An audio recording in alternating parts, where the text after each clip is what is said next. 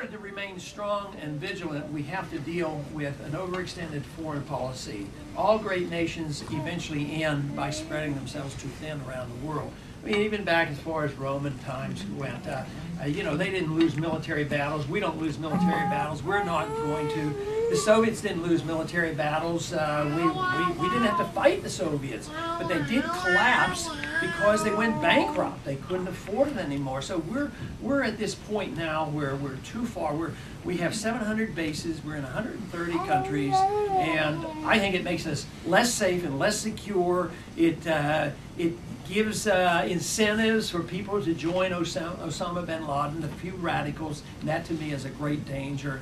So it's time we have to change this, whether it's for our safety and security, militarily speaking, but also financially. And why wait until there's a collapse? Why wait until the dollar is destroyed? I think the American people can come together by cutting spending, but it has to be overseas first. We can't go and cut spending. Some of these programs shouldn't exist in this country. I'm old-fashioned enough to believe that I don't even think the federal government should run our educational system. I think that should be Amen.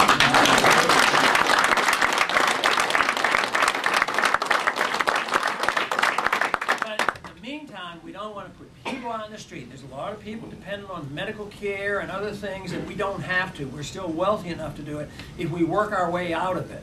But we have to cut somewhere, and I say let's cut overseas. It costs us nearly $1 trillion a year to maintain our empire overseas, and it's time that ended. So we can talk about saving $100, $200, $300, $400, how willing the people are to do this. Take that money, bring it home. Why don't we pay these troops in Europe? How long are we going to do this? When we pay all our troops to Europe, we send the money over there. They spend the money over there. If we had the troops here at home, they'd spend the money here at home. Maybe money back here.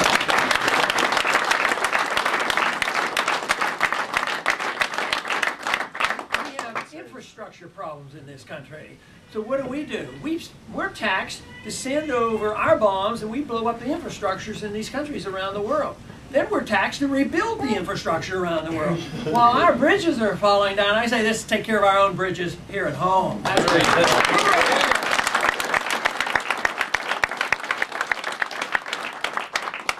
But as I say, I was very reluctant a year ago to get involved, but I've been very, very encouraged. Now I am believing that the American people are much more ready than I ever dreamed, and the young people have responded very favorably.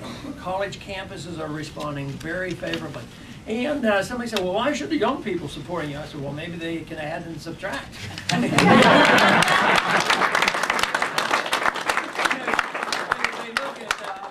Other generations and say, well, what have you given us? Well, have we given you a republic? No, we have given you a lot of debt and a lot of obligations, and we want you to pay into Social Security for the next 50 years, but don't expect anything out of it. I mean, they figured this out. And when I talk to the young people, they say, I like your foreign policy, I like your monetary policy, and they like the idea that money should be backed by something, and they like the idea of getting their life back, where they can lead their own life as they choose. People leave them alone, you know, and get to spend their own money, and get out of Social Security, and work our way out of this. So it's a fantastic philosophy, and it's not mine. It's the American philosophy. It's what the founders talk about. It's what the Constitution mandates. You know, if you look at the Constitution, if you look at Article 1, Section 8, and that's what we all fight for when we go into the military, defend the Constitution. I mean, it tells you exactly what we're allowed to do, and it's not very much. You know, but the confidence is placed on the people. It's placed on the people who are supposed to be free to assume responsibility for themselves, and the government is supposed to provide safety and security and protect the borders and a sound currency and make sure that the contracts are enforced and the Justice Department works, things like that. But it's not supposed to run our lives and spend all our money and run up these deficits. But evidently, the country is much more attuned to this than I thought a year ago, where they realized we are in some problem, in big trouble, and we need to do something about it. And it's not tinkering. You never heard me up on the stage saying, well, if you elect me, I'm going to manage the war differently in Vietnam or in Iraq. It isn't a management style. It's a philosophy style. It's the foreign policy. We have to change that. We have to change our attitude about what we're doing. We didn't make the world safe for democracy, so let's give up on that. Let's make the system here work. Let's make prosperity here work.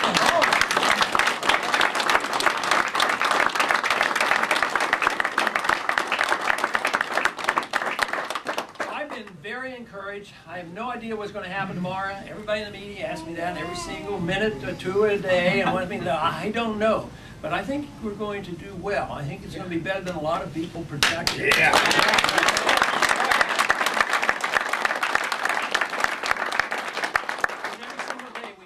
A lot of the young people, and they haven't been of voting age very long, and they might not even have their names on the polls yet. And there might be some that don't even have phones at home. They might only have cell phones, and maybe they haven't been polled. But we meet a lot of people who had been in politics over the past 15 years or so and just dropped out because they're tired of it. They have voted for people saying these things and nothing ever gets done. And we have so many people joining us every single day that have never been involved in politics before. And we had 2 this weekend that came up. Both of them happened to be 70 years old. And that's not too old, but it's getting And they said, we have never registered, never voted, and they registered this year to vote. So those individuals might not have been counted in this polling. So maybe tomorrow we'll have some surprises. We'll see. And that will give us a boost. That will give us a boost because I've never been one to brag about and say how great a person I am and what I can do. I'm going to do this and that. But I do know one thing. The philosophy that has made America great is the right philosophy. And that's what we need to defend. That's what America wants. And that is why I'm so happy to come and visit with groups like yours, this group here tonight, to really move us in that direction. Nothing new or strange or radical. It's not radical to believe in freedom. They talk about us being on the fringe at times. But why aren't the people who run up deficits of, a national debt of $9 trillion, why aren't they on the fringe? Yeah.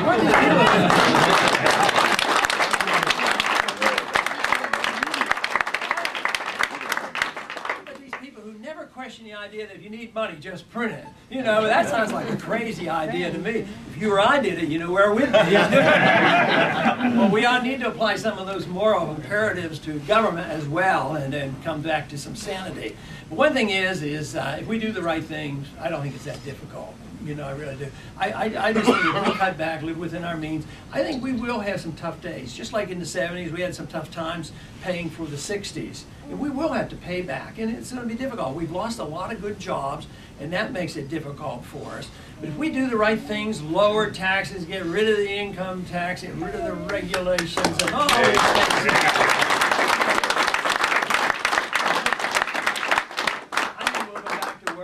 we'll be fine, and we have our traditions to look to.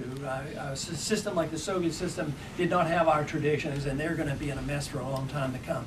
But this country can get back on its feet again, and I think right now what we're witnessing in this campaign, a lot of people are realizing, the difficulties we're having, and they're ready and truly in the mood for going back and living with the Constitution. Thank you very much.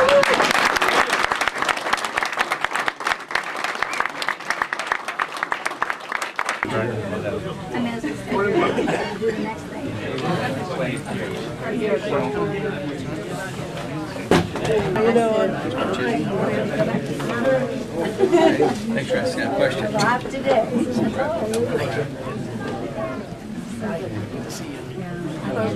Thanks for all your hard work. I appreciate your email. All right, well, we're trying. Hey, thank you so much.